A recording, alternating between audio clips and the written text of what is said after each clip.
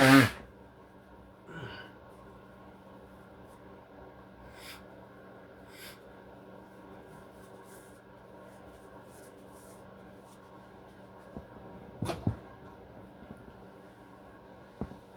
your local news authority, local, in-depth, community, you're watching KFDX 3 News at 10, home of Super Bowl 60 and the 2026 Winter Olympics.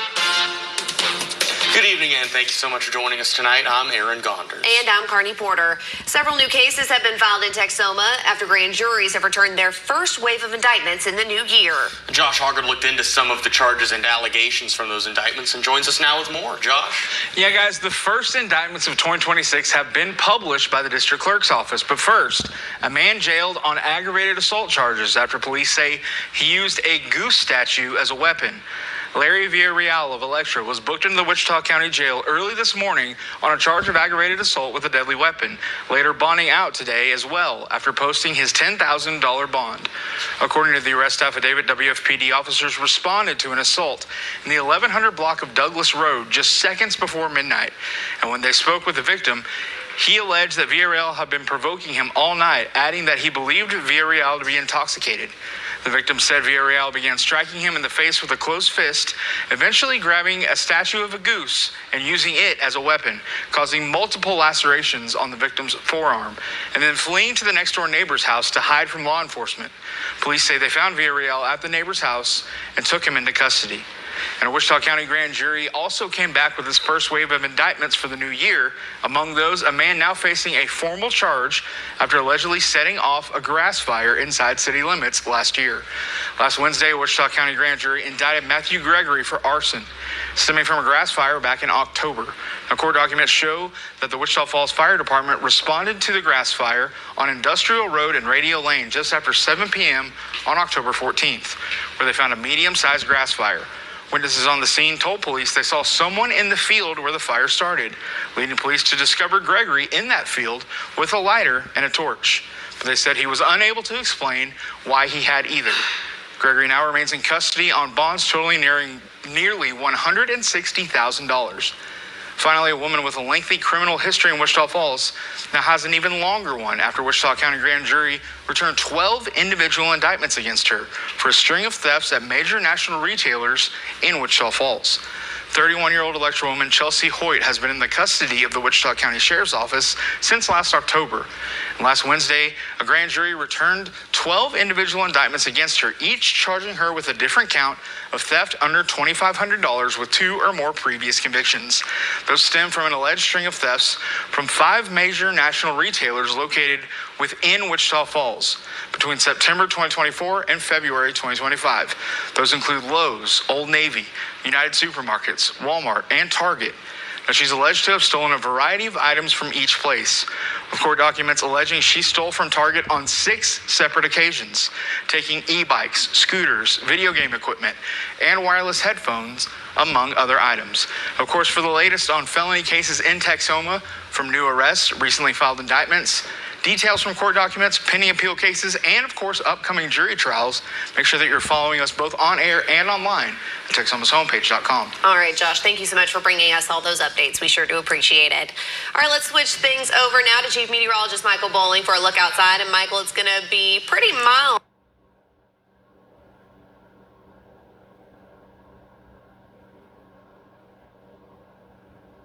in those early morning hours. Yeah, not too bad. Pretty similar to where we have been lately, maybe just a little bit warmer than it has been the last couple of days, though. Satellite radar across the area does show some cloud cover rolling into the area. This cloud cover, along with some southwest winds, will keep us a little bit warmer here through the overnight hours, although it will start to break up some here as we get into the hours after midnight. Current temperature outside is still 50 degrees in Wichita Falls. I'm going to look around here. Yeah, we're the warm spot across the region. Not very often we can say that that at this time of night for us to be the warmest spot, especially when you got Austin and Houston down there. They're cooler than us at 45, 48 in Dallas, Fort Worth, 39 in Oklahoma City, 44 in Midland. That's thanks to the cloud cover that we have over the region right now, along with those southwest winds. Both of those keep us just a little bit warmer here as we go into the night. And we are 7 degrees warmer than we were 24 hours ago. So a nice mild night so far. It is going to be pretty nice here again for tomorrow afternoon. But as we go into Wednesday, it's going to get pretty windy here. We'll talk about that and a cooler weekend returning coming up here in a few minutes, guys. All right, sounds good. Thanks, Michael. We will see you in a little bit. And state headlines, the trial against a former Uvalde Schools police officer for his response to the Rive Elementary School shooting continues. The state is alleging Adrian Gonzalez failed to act to stop a gunman from entering a school, killing 19 kids and 2 teachers. So far in the trial, defense attorneys established that Gonzalez could not see the gunman when the shooter was firing his gun from the parking lot into the school. That's because Gonzalez was on the opposite side of the school building. But the state alleges a witness told Gonzalez where the shooter was, saying the officer failed to take immediate steps to stop the threat. Special Prosecutor Bill Turner asked a Texas Ranger testifying today what he would have done in the same situation. And do they train you in active shooters to wait on other people, or is there such a thing as training about solo entry? There is training on solo entry, but in general, everybody's trained that you get to the threat, whether you're by yourself or not. The day of the shooting, there were other officers at the scene at the same time as Gonzalez, and the defense team claims those officers had a better line of sight to the shooter. In court, the same Texas Ranger agreed that other officers did have a better line of sight of the shooter than Gonzalez. Now back here at home, City Councilman Robert Brooks is speaking out about the treatment of a young woman during her arrest last summer. Victoria Lang is a local college student whose family says she went to a McDonald's restroom looking for safety, but instead ended up in handcuffs. The arrest happened in August of last year, but city leaders say the situation didn't gain wider attention until months later, after body cam footage was reviewed and raised serious concerns about how Victoria was handled. That review ultimately led to an internal investigation and a criminal referral to the Texas Rangers. Since then, one Wichita Falls officer has been fired and the other has resigned. However, City Councilman Robert Brooks says that action came far too late. Brooks says after watching the video himself, he believes what happened should have been addressed immediately, calling the delay unacceptable and demanding justice for the family. That little girl done nothing wrong. I watched that baby get drugged. I watched that baby get choked. I watched that baby get told by the police officer, you're gonna punch her? You're telling her you're gonna punch her? You seriously told her you're gonna punch her? That's crazy. The victim's mother, a deputy police chief herself, says she reached out to the WFPD the day after the arrest after she had not heard from her daughter. She says months later, she's yet to receive a response. Now, the family is calling for criminal charges against the 2 former officers and for accountability at the leadership level within the police department. As of now, the Texas Rangers continue to investigate and no charges have been announced yet. City officials say the release of body camera footage will depend on the outcome of that investigation. After nearly 10 years as the president of the Shepherd Military Affairs Committee, Glenn Barham is retiring in April. Barham is calling this his 3rd retirement.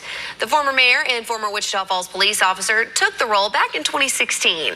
And when he first signed on, he says he was nervous, knowing he had no military background. But he knew and still knows how important Shepherd is to the community.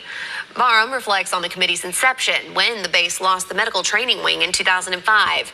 Today, Barham says he believes Shepherd is secure in its current missions and its future. SMAC's been successful over the years. Now, I'm not saying that SMAC's why Shepherd's still here, but I think we had a small part in that to keep Shepherd as big as it is and to keep both of those wings out there.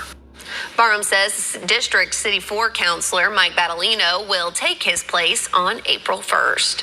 The plans to consolidate 2 WFISD elementary schools are now moving forward. Tonight, WFISD board members officially recognize the upcoming plans for McNeil and Jefferson Elementary.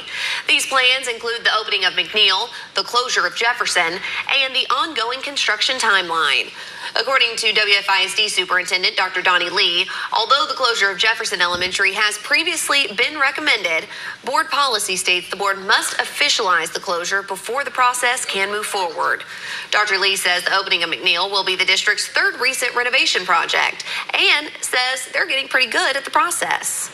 We're right on schedule with it, and our budget is right there as well. Actually, we're a little bit under budget, and we're right on schedule. The construction process will be done in May, and then the move-in process begins with getting all the furniture and things over from Jefferson, which we won't be carrying over all the old stuff anyway. We'll be getting brand new FF&E. So it's an exciting time, and it's going to be a state-of-the-art elementary.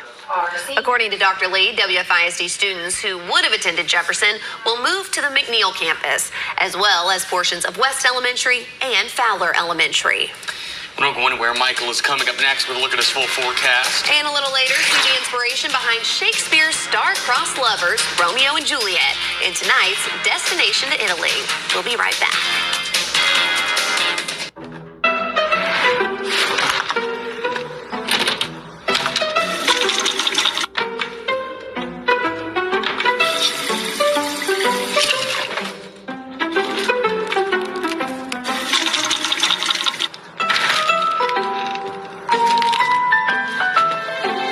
There's an easier way. From little fixes to big projects, taking care of your home is easy with Thumbtack. Download the Thumbtack app and start caring for your home today. At Hickory Recovery Network, we are dedicated to being a national leader in the treatment of substance use and co-occurring mental health disorders. Our mission is to provide compassionate, structured, and evidence-based care through our expanding network. Now in Texas, Hickory Treatment Center treatment to help individuals build a foundation for lasting recovery. Need help? Call Hickory's 24/7 admissions team today.